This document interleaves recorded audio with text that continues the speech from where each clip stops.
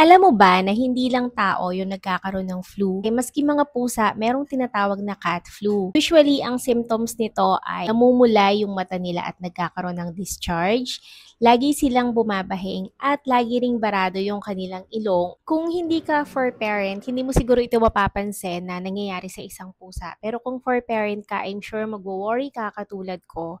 Pero wag kang mag-alala kasi meron tayong solution sa flu ng ating mga alagang aso at pusa.